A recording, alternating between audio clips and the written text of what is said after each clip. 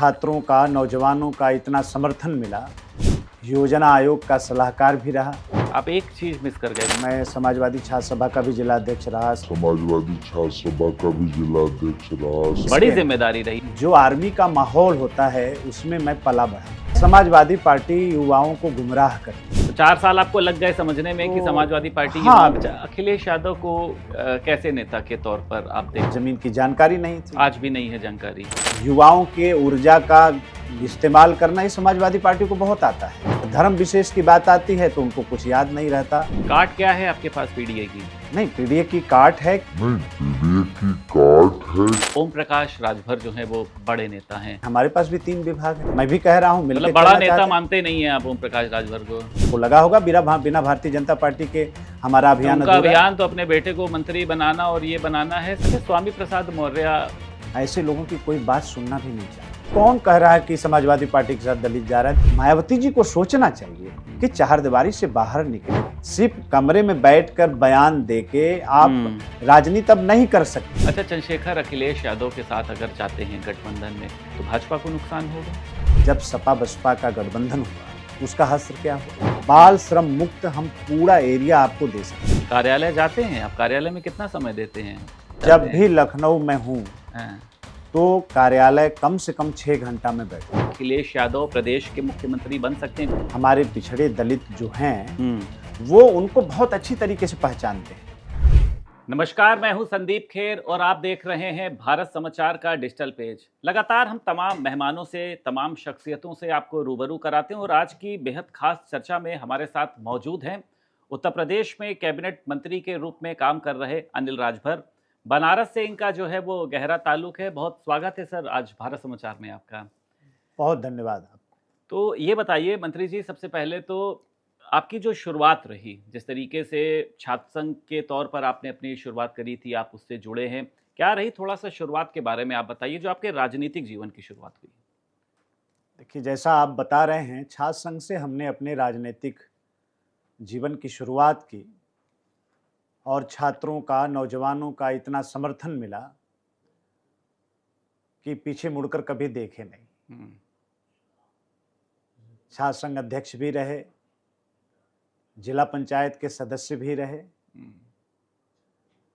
2005 में मैं योजना आयोग का सलाहकार भी रहा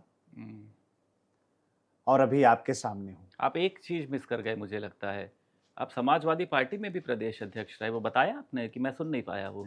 नहीं, मैंने समाजवादी पार्टी के योजना सभा के अध्यक्ष के नाते ही, प्रदेश अध्यक्ष के नाते बड़ी जिम्मेदारी रही आपके प्रदेश अध्यक्ष के नाते। हाँ।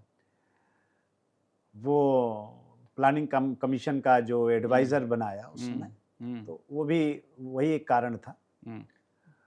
यूथ के तरफ से मुझे एक तरीके से सरकार में समायोजित किया गया था उस समय, तो उस नाते वो दायित्व मेरे पास है। सपा करती थी युवाओं के लिए। आपको लगता है कि जब आपने इतनी बड़ी जिम्मेदारी प्रदेश अध्यक्ष, युवाओं के लिए समाजवादी पार्टी ने काम किया? देखिए, दरअसल मेरी पैदाइश एक नेवी नगर मुंबई में है और मेरे पिताजी 1962 के युद्ध में भी लड़े, 65 में भी और 1971 में भी लड़े। और उस समय की तत्कालीन प्रधानमंत्री ने उनको मेडल देकर सम्मानित किया। तो आप एक तरफ से कह सकते हैं कि मेरे रग में एक तो राष्ट्रभक्ति है और जो आर्मी का माहौल होता है उसमें मैं पला बढ़ा। तो राष्ट्रीयता जो होती है, देशभक्ति जो होती है, देश के प्रति जो समर्पण होता है, वो जो भाव है, वो मेरे रग रग में भरा हुआ है। नहीं तो वो मेरा सवाल अभी वहीं का वहीं खड़ा हुआ है। आप जब प्रदेश अध्यक्ष के तौर पर नहीं, काम समाजवादी पार्टी युवाओं के लिए काम करती है। समाजवादी पार्टी युवाओं को गुमराह करती है। तो आप जब थे प्रदेश अध्यक्ष, आप भी गुमराह करने का काम कर रहे होंगे? नहीं, अलग होने का कारण है ना। अच्छा, कितने साल रहे आप समाजवादी पार्टी के साथ? मैं असल में समाजवादी पार्टी मैं समाजवादी छात्र सभा का भी जिला अध्यक्ष रहा, समाजवादी युवजन सभा का भी जिला अध्यक्ष रहा, समाजवादी युवजन क्या सभा बात है! का हाँ, प्रदेश महामंत्री रहा, हाँ, समाजवादी युवजन सभा का प्रदेश अध्यक्ष रहा। हाँ। 9 में मैंने त्याग पत्र दिया 5 से 9 4 साल। समाजवादी पार्टी से। अच्छा, तो 4 साल आपको लग गए समझने में कि तो समाजवादी पार्टी हाँ, युवाओं को बिल्कुल गुमराह लग कर रहा है। गए हुँ, और परिणाम ये आया कि एक धर्म विशेष की बात जब आती है हुँ, और एक जाति विशेष की बात आती है, हुँ, तो समाजवादी पार्टी को और कुछ दिखाई नहीं देता। हुँ, अपने वोट बैंक को संतुष्ट करने के लिए हुँ, देश की गरिमा को भी दांव पर लगाने में समाजवादी पार्टी को जरा भी गुरेज नहीं है, ऐसा एहसास हम लोगों को हुआ। कभी कोई इंसिडेंट ऐसा रहा हो, कोई दबाव आपके ऊपर डाला गया हो? क्योंकि तब तो मुलायम सिंह यादव भी सक्रिय राजनीति में मुझे लगता है रहे होंगे, अखिलेश यादव भी जो है वो तब तो कभी कुछ ऐसा आपसे कोई काम कराया गया, आपको लगता था कि जो विचारों के विरुद्ध था? हाँ, बिल्कुल। आतंकवादियों के ऊपर से मुकदमा हटाने की बात हुँ, और महिलाओं के सम्मान की अनदेखी करना, हुँ, छात्रों को साजिश करके सड़क पे खड़ा करने का प्रयास, नौजवानों को सड़क पर खड़ा करने के प्रयास हुँ, हुँ, और अपने राजनीति के रूप में नौजवानों को हथियार बनाने का प्रयास, हुँ, ये बड़ा करीब से हमने देखा है। अच्छा। और देश प्रथम का भाव का इतना अभाव है समाजवादी पार्टी में हुँ। कि उसको हम शब्द में बयान नहीं कर अच्छा, सकते। अखिलेश यादव को कैसे नेता के तौर पर आप देखते हैं? मुलायम तो सिंह यादव का तो सभी सम्मान हम करते लोगों हैं। के सामने वो आए, हुँ, हम लोगों के सामने आए, हुँ, बाहर से विदेश से पढ़ के आए, हुँ, सीधे माननीय मुलायम सिंह जी ने उनको पार्लियामेंट भेज दिया। हुँ, तो जमीन की कोई सच्चाई तो थी नहीं, उनके पास जमीन की जानकारी नहीं थी। आज भी नहीं है जानकारी। मैं कह सकता हूं कि हुँ, 22 से पहले हुँ, राजभर समाज जो एक अति पिछड़ा समाज है, चौहान समाज जो एक अति पिछड़ा समाज है, हुँ, निषाद समाज जो एक अति पिछड़ा समाज है, विश्वकर्मा हैं, हुँ, जो मोस्ट बैकवर्ड हैं, हुँ, उनके लिए समाजवादी पार्टी के पास कोई जगह नहीं हुआ करती थी। हुँ, आप देखिए ना, उनके 12 के टिकट उठाकर देखिए, उनके 7 के टिकट को उठाकर देखिए। नहीं आपको तो मौका दिया उन्होंने, प्रदेश अध्यक्ष भी बनाया, कई सारी नहीं, ज़िम्मेदारी दी, प्रदेश अनिल राजभर को भी देखिए ओम प्रकाश संगठन राजभर को उन्होंने मंत्री बनाया, अवधेश प्रसाद को देखिए उन्होंने सांसद बनाया हुआ है। कैसे आप ये कह सकते हैं कि उन्होंने जगह नहीं दी है? नहीं, संगठन में जगह देकर और युवाओं के ऊर्जा का हुँ, इस्तेमाल करना ही समाजवादी पार्टी को बहुत आता है। हुँ, लेकिन जहां हक अधिकार देने की बात आती है, तो मैंने शुरू में कहा हुँ, कि जब एक जाति विशेष की बात आती है तो वो सब कुछ भूल जाते हैं। एक धर्म विशेष की बात आती है तो उनको कुछ याद नहीं रहता, हुँ, वही प्राथमिकता हो जाते हैं। हुँ। तो कहाँ अति पिछड़ा उनके फोकस तो में बनेंगे रहेगा। अखिलेश यादव मुख्यमंत्री नहीं बनेंगे, तैयारियां तो बहुत लंबी चौड़ी कर रहे हैं आप, उनके विजन को किस तरीके से देखते देखिए हैं? क्या है कि वो अति पिछड़ों को मैं समझता हूँ कि ठीक से वो समझ नहीं पाए। हुँ, वो जिस तरह पीडीए पीडीए कहते हैं, काट क्या है आपके पास पीडीए की? नहीं, पीडीए की काट है कि आज भारतीय जनता पार्टी ने हुँ, हमारे एक पीडीए परिवार से, एक अति पिछड़ा समाज से, एक पिछड़े समाज से हुँ, कभी किसी ने सोचा नहीं होगा हुँ, कि माननीय मोदी जी प्रधानमंत्री होंगे। हुँ, उनसे बड़ा कौन नेता हो सकता है? हुँ, आज जिसके नाम की शोहरत पूरी दुनिया में हुँ, प्रतिष्ठा पा रही है, हुँ, तो पिछड़ों को हम अपना नेता मिला हुआ है हुँ, और हमारे नेता ने आज जो योजनाएं चलाई हैं, हुँ, उसने हमारे जीवन को बदल के रख दिया है।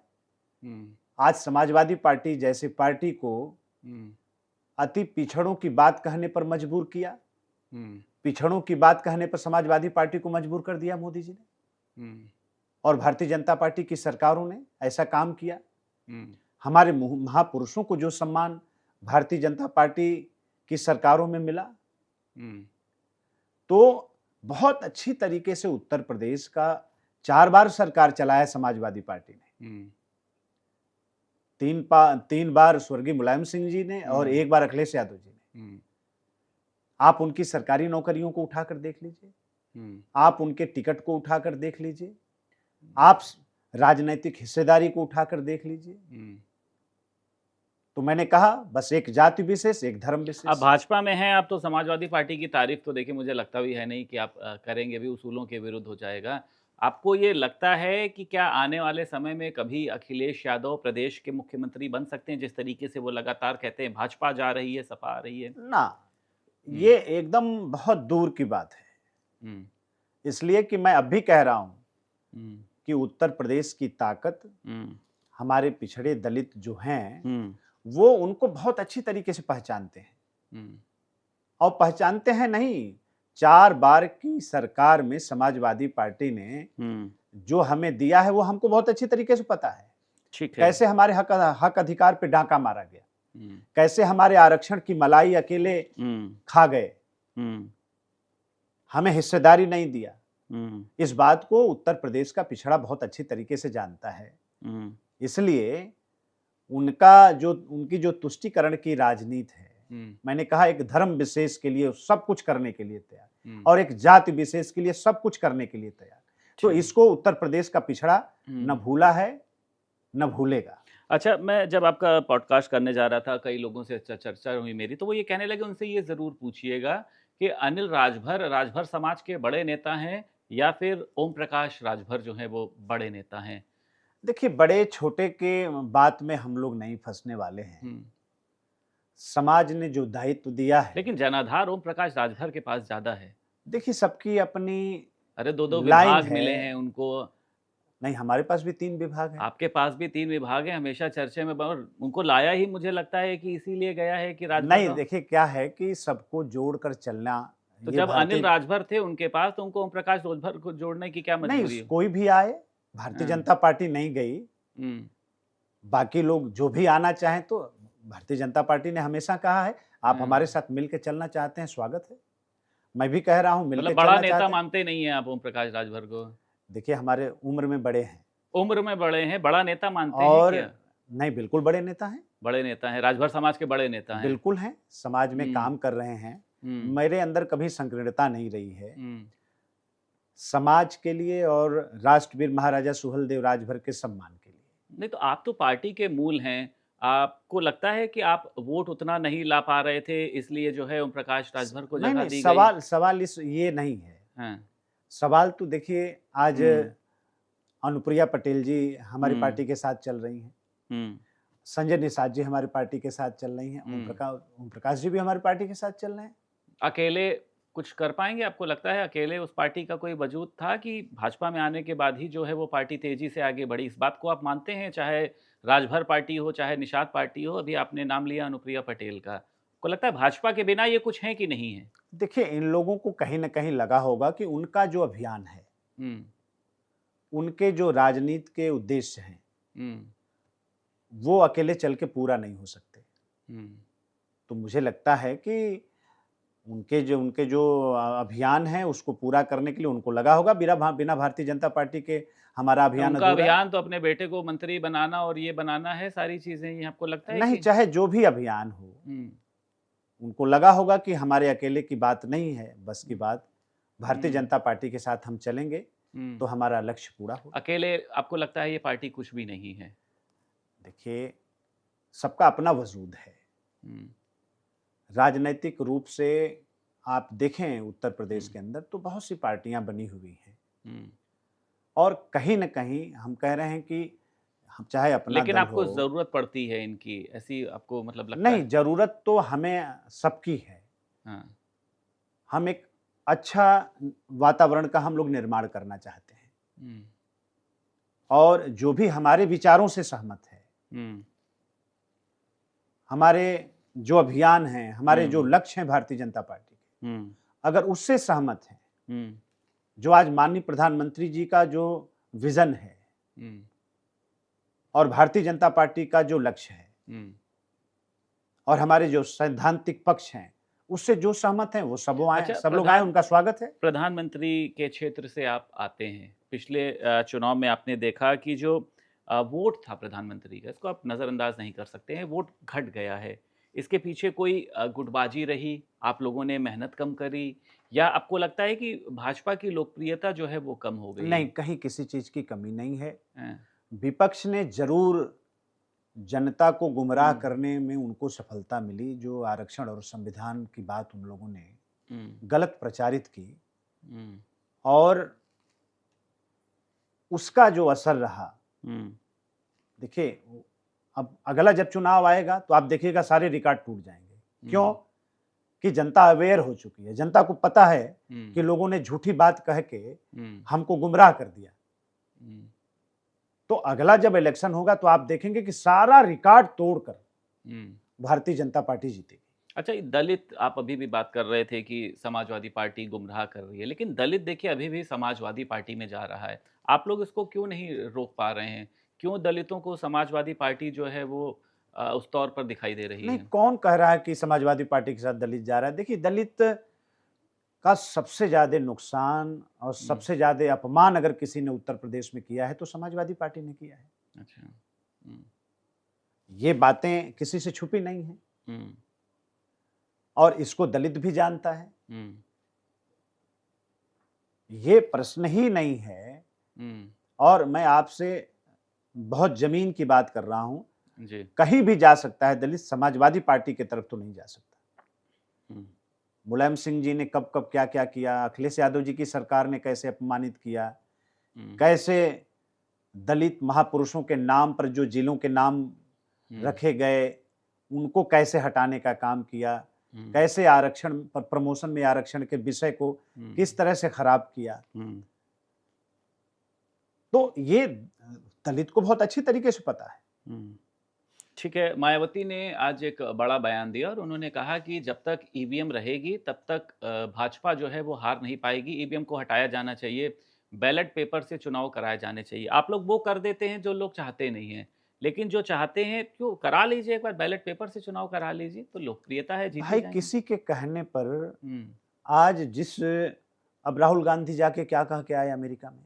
हम्म, जब 24 का चुनाव चल रहा था तो दुनिया से लोग यहाँ आए अध्ययन करने के लिए कि कैसे इतना बड़ा चुनाव भारत का चुनाव आयोग कराता है।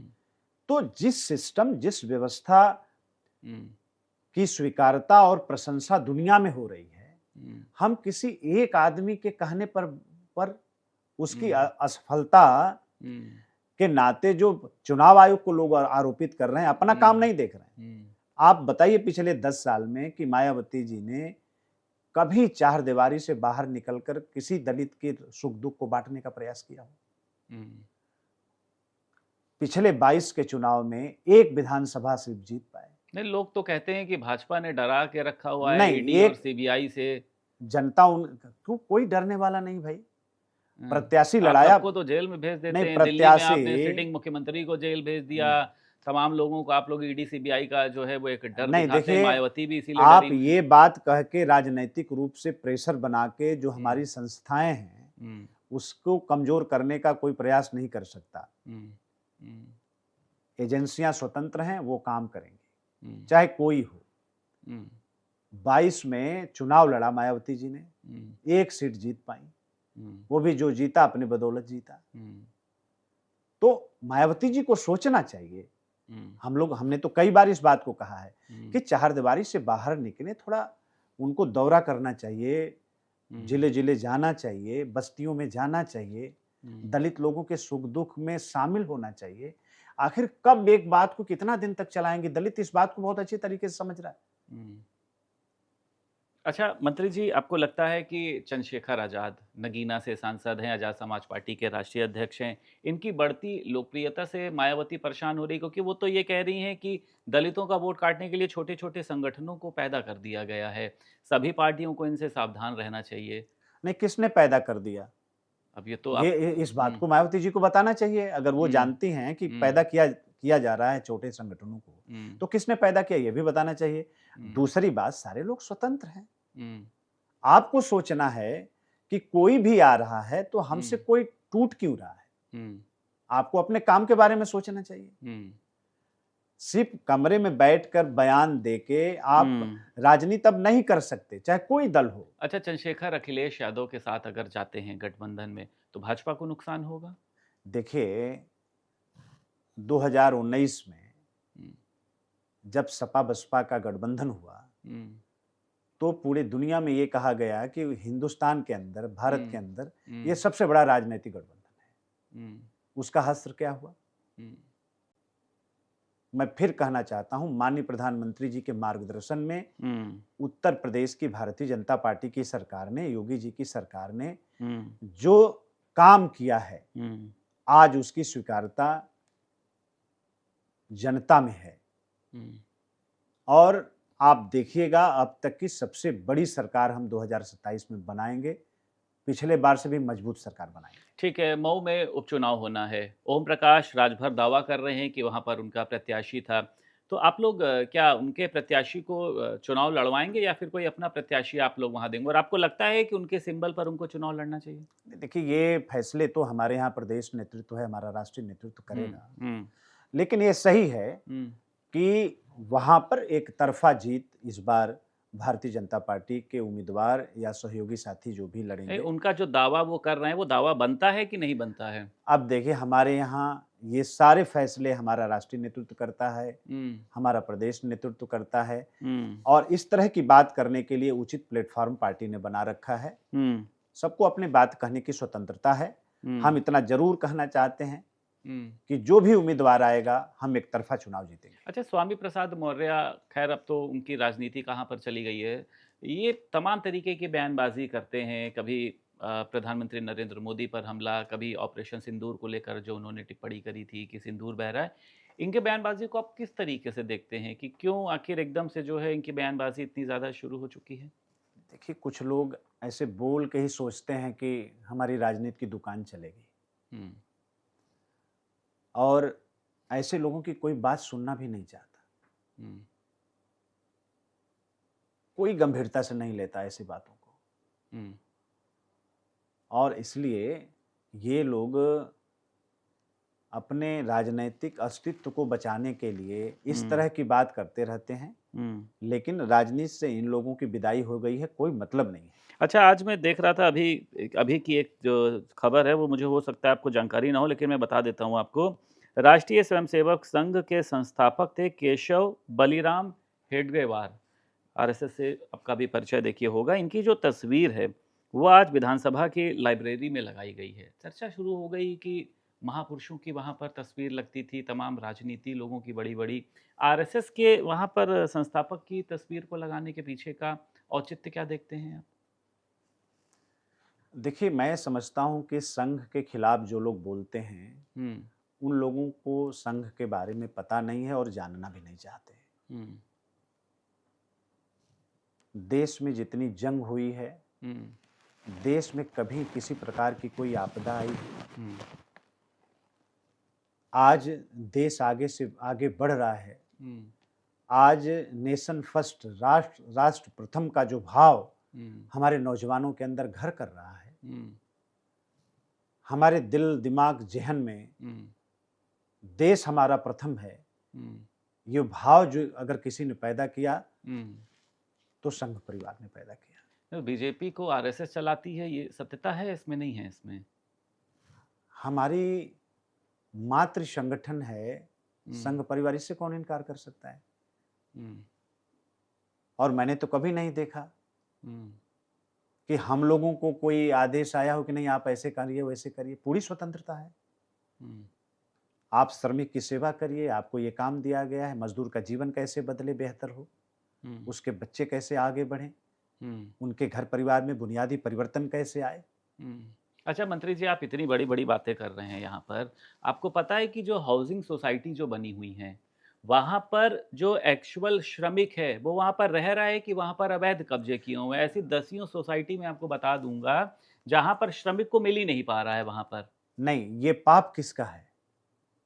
पाप किए हुए मंत्री जी आप सपा का नाम गिनवाएंगे? नहीं, सपा का है, बसपा का है, अब तो सरकार ये आपकी है, जितनी केंद्र में भी 11 साल, जित- प्रदेश में भी आपको समय। जितनी भी लेबर कॉलोनियां बनी हुई हैं जी, प्रदेश के अवैध अंदर, कब्जे हैं, ये बात आप मानते हैं? पूरी तरीके से उस पे एक दूसरे लोग रह रहे हैं। हाँ, लेकिन हम्म, हम उनकी भी चिंता करेंगे और श्रमिक की भी चिंता करेंगे। बहुत जल्द लेबर कॉलोनियों को व्यवस्थित करने का एक बड़ा प्रारूप लेके सरकार आने वाली है। अच्छा, ये कहा गया था कि क्योंकि श्रम विभाग आपके पास है, जो श्रमिक होते हैं, निर्माण श्रमिक होते हैं, उनके लिए टीन शेड बनाए जाएंगे, तमाम तरीके की सुविधाएं दी जाएंगी। मैंने तो अभी तक कहीं पर देखा नहीं कि श्रमिक हों, वहाँ पर उनके लिए कोई ऐसी व्यवस्था हो। कब इसको आप अमली जामा पहनाएंगे? कब उनको उनका अधिकार दिलाएंगे आप? नहीं, अभी देखिए बजट सत्र में आपने देखा होगा, माननीय मुख्यमंत्री जी ने भी कहा, हमने भी कहा हुँ, कि हम सरा योजना लेके आ रहे हैं। हुँ, हमारा श्रमिक जो गांव देहात से आता है रोजी रोटी कमाने के लिए शहर में, हुँ। हम उनको रुकने की व्यवस्था करने जा रहे हैं। करने जा उनके रहे हैं मंत्री जी, आपको तो उनके नहीं, कलम। बजट में है, जी। अभी बस शुरुआत होने जा रहा है। हुँ, हो सकता है 1 महीने के अंदर उसका शिलान्यास मुख्यमंत्री जी करें। हुँ, और भोजन देने जा रहे हैं हम अपने श्रमिकों को, उनके भोजन की व्यवस्था करने जा रहे हैं। अच्छा। हमारे जो लेबर अड्डे हैं, हुँ। तमाम सुविधाओं के साथ उनको हम व्यवस्थित करने जा रहे हैं। अच्छा, ये बड़ी बात आप कह रहे हैं कि 1 सुबह महीने के अंदर आप ये सभी। सुबह सुबह उनके जलपान के अच्छा। साथ हुँ, ऐसी व्यवस्था हम करने जा रहे हैं। हुँ, हमारे जो श्रमिक हैं, उनकी सेहत न खराब हो, इसकी चिंता सरकार करने जा रही है। तो उनके। हमारा ईएसआईसी हॉस्पिटल हुँ, जो हमारे चल रहे हैं, उसको और भी उच्चीकरण करने का फैसला हमारी सरकार ने लिया है। हमारी जो डिस्पेंसरियां हैं पूरे उत्तर प्रदेश के अंदर, उसको व्यवस्थित करने जा रहे हैं। और जहां डिस्पेंसरियां नहीं है, हॉस्पिटल नहीं है, वहां भी हम हॉस्पिटल और डिस्पेंसरी बनाने की तरफ आगे बढ़ रहे हैं। और एम्स के तर्ज पर सिर्फ श्रमिक के इलाज के लिए हम 2 बड़े हॉस्पिटल बनाने की तरफ आगे बढ़ रहे हैं। ठीक है, आपको याद होगा बीजेपी का एक संकल्प पत्र था कि 5 साल में उत्तर प्रदेश को हम बाल श्रम से मुक्त कर देंगे। अभी भी आप रेस्टोरेंट जाइए, ढाबा जाइए, वहाँ पर मुझे लगता है कि आप शायद ना आवाज़ देते हो, लेकिन लोग ज़रूर कहते हैं, "ये छोटू इधर आओ।" वो जो छोटू होता है वो बाल श्रम में आता है। इस पर आप लोग कहाँ कुछ कर पा रहे हैं? नहीं, आज तमाम। बिल्कुल है, पूरा डिटेल मैं आपको दे नहीं, सकता आज हूँ। होटलों में, ढाबों में आपको छोटे बच्चे दिखाई देते हैं? आपको यह लगता है कि आपने इसको समाप्त कर दिया नहीं, है? अभी मैंने लोक संकल्प पत्र में 5 साल का वादा भारतीय जनता पार्टी ने किया था कि आने वाले 5 साल के अंदर पूरे उत्तर प्रदेश को हम बाल श्रम से मुक्त कर कर देंगे। दिया मुक्त। बहुत तेजी से हम आगे बढ़ रहे हैं। तो ये जो और ढाबों में बच्चे दिखाई दे रहे हैं। बाल श्रम मुक्त हम पूरा एरिया आपको दे सकते हैं, पूरा इलाका मंत्री जी, जितना तमाम हमने घरों काम में किया आप है। जाइए, गाड़ी धोने वाले छोटे बच्चे तो होते हैं, खाना लाने वाले छोटे, और मैं आप ही के भाजपा के नेताओं के यहाँ, बहुत बड़े-बड़े लोगों के यहाँ नहीं, ये ऐसा तो। ऐसा आप कहीं नहीं दिखा सकते। हाँ, मैं निवेदन करना चाहता हूँ आपसे भी और आपके सभी सम्मानित दर्शकों से भी, कहीं ऐसी शिकायत मिले तो हमें जरूर बताएं। नहीं, आपको लगता है कि बाल श्रम आपने पूर्ण रूप से समाप्त कर दिया या फिर 5 नहीं साल लगता में है? मैं पूरा समाप्त कर दूंगा उत्तर प्रदेश से बाल श्रम। ठीक है, कारखाने का निरीक्षण करते हैं आप कभी? जो कारखाने आपके विभाग के चल रहे हैं, वहाँ पर इतना बड़ा शोषण हो रहा है, श्रमिकों का हो रहा है, तमाम लोगों का हो रहा है, इसके लिए क्या कार्य योजना है? आप नहीं, क्या सुधार बहुत कर रहे हैं? बहुत पारदर्शी तरीके से एक व्यवस्था हुँ, सरकार ले आई है, हुँ, जिससे हमारे व्यापारी को भी कोई शिकायत न हो हुँ। और हमारे श्रमिक को भी कोई शिकायत न हो। कार्यालय जाते हैं आप? कार्यालय में कितना समय देते हैं आप? मैं तो जब भी लखनऊ हूँ, जब भी कैबिनेट होती है तब मंत्री जी लखनऊ होते हो, जब तब एक भी दिन कार्यालय जब जाते भी हैं? लखनऊ में हूँ, हाँ, तो कार्यालय कम से कम 6 घंटा में बैठता हूँ। ठीक है। और किसी जिले में गया तो वहां के कार्यालय पर भी जाता हूँ। ठीक है, तो विभाग तो आपके बिचौलिए चला रहे हैं, आपके पीछे ट्रांसफर पोस्टिंग के नाम पर सब इधर-उधर हो रहा है, इसकी आपको जानकारी है? ऐसा कुछ नहीं है, सिर्फ श्रम विभाग ही नहीं, मैं हुँ, पूरे हर विभागों की जिम्मेदारी के साथ मैं आपको ये बात कह रहा हूँ जी। कि किसी भी विभाग में इस तरह की कोई बात नहीं है। हुँ, ट्रांसफर पॉलिसी जो सरकार ले आई है, हुँ, उस पॉलिसी का श्रम विभाग भी पालन करेगा, हर हुँ, विभाग पालन करेंगे और हुँ, बहुत पारदर्शी तरीके से विभाग की आवश्यकता के अनुसार लोगों को स्थानांतरित किया जाएगा। अच्छा, ये जो अन्य प्रदेशों की अगर बातचीत करी जाए, जो ऑनलाइन केस दायर करने की एक प्रक्रिया होती है, आपका विभाग बहुत हाई-फाई है, लेकिन इस पर अभी आप लोग काम नहीं कर पा रहे हैं, ऐसी कोई कार्य योजना नहीं है। इसके लिए आप क्या करेंगे? नहीं, देखिए अभी जो लेबर कोर्ट चल रही हैं, हुँ, हमने उसको बहुत व्यवस्थित किया है हुँ, और ई कोर्ट चलाने का भी हमने फैसला किया है। हुँ, सभी श्रमिकों हम्म, को ये स्वतंत्रता है कि वो जहां से चाहे वहां से अपना आवेदन दे सकता है, अपनी शिकायत दर्ज करा सकता है। लेबर कोड की बात आपने करी है, वर्षों से इतने मामले लंबित पड़े हुए हैं, उसको खत्म करने के लिए आप क्या कर रहे हैं? इस पर कुछ आप मतलब ध्यान देते हैं? श्रमिक परेशान हो रहे हैं, पहुंचते हैं ये चीज़ें, आपको पता है कि कितने मुकदमे पेंडिंग है लेबर कोड में? देखिए, एक लक्ष्य निर्धारित किया है हम्म, और हर 3 महीने पर मैं मीटिंग करता हूँ हम्म, और जितने पीठासीन अधिकारी हैं उनको बुला के मीटिंग की जाती है हम्म, और हर 3 महीने पे एक लक्ष्य निर्धारित किया जाता है। हम्म, आने वाले 3 महीने बाद जब अगली हम बैठक करेंगे, हम्म। तो मुझे लगता है कि पुरानी कोई पेंडेंसी नहीं रह जाएगी, सारे मामले को हम अगले निस्तारित कर 3 देंगे। महीने में ये जो भी हर मामले निस्तारित हो जाएंगे, जबकि हज़ारों की संख्या में पेंडिंग थे। हम्म, लेकिन सब लोगों ने बहुत मेहनत से काम किया, हमारी पूरी टीम ने मेहनत से काम किया है, हम्म, सारे पीठासीन अधिकारियों ने काम किया है, सब हम्म, लोगों ने काम किया है और मुझे ये बताते हुए प्रसन्नता है कि हम्म। आने वाले 3 महीना के अंदर इतनी बड़ी पेंडेंसी को हम खत्म करके सारे पुराने मामले को हम निस्तारित करने जा रहे हैं। चलिए, बहुत शुक्रिया बात करने के लिए। तो उत्तर प्रदेश सरकार में कैबिनेट मंत्री अनिल राजभर हमारे साथ मौजूद थे और मुझे लगता है कि तमाम ऐसे सवाल रहे जिन्होंने कहीं न कहीं से मंत्री जी को सोचने पे मजबूर भी किया होगा। लेकिन हाँ, कुछ सवालों पर मंत्री जी के बहुत अच्छे जवाब भी आए हैं। लेबर कोड की उन्होंने साफ तौर पर कहा है कि 3 महीने में हम सारी पेंडेंसी को समाप्त कर देंगे। श्रमिकों के लिए इन्होंने तमाम तरीके की सुविधाएँ देने को कहा है। लेकिन अब ये देखना दिलचस्प है कि इसको अमली जामा जो है वो कितने समय में पहनाया जाएगा। बहुत शुक्रिया मंत्री जी, आज आपने समय दिया हमारे पॉडकास्ट के लिए। बहुत-बहुत शुक्रिया बहुत बहुत आपका। धन्यवाद।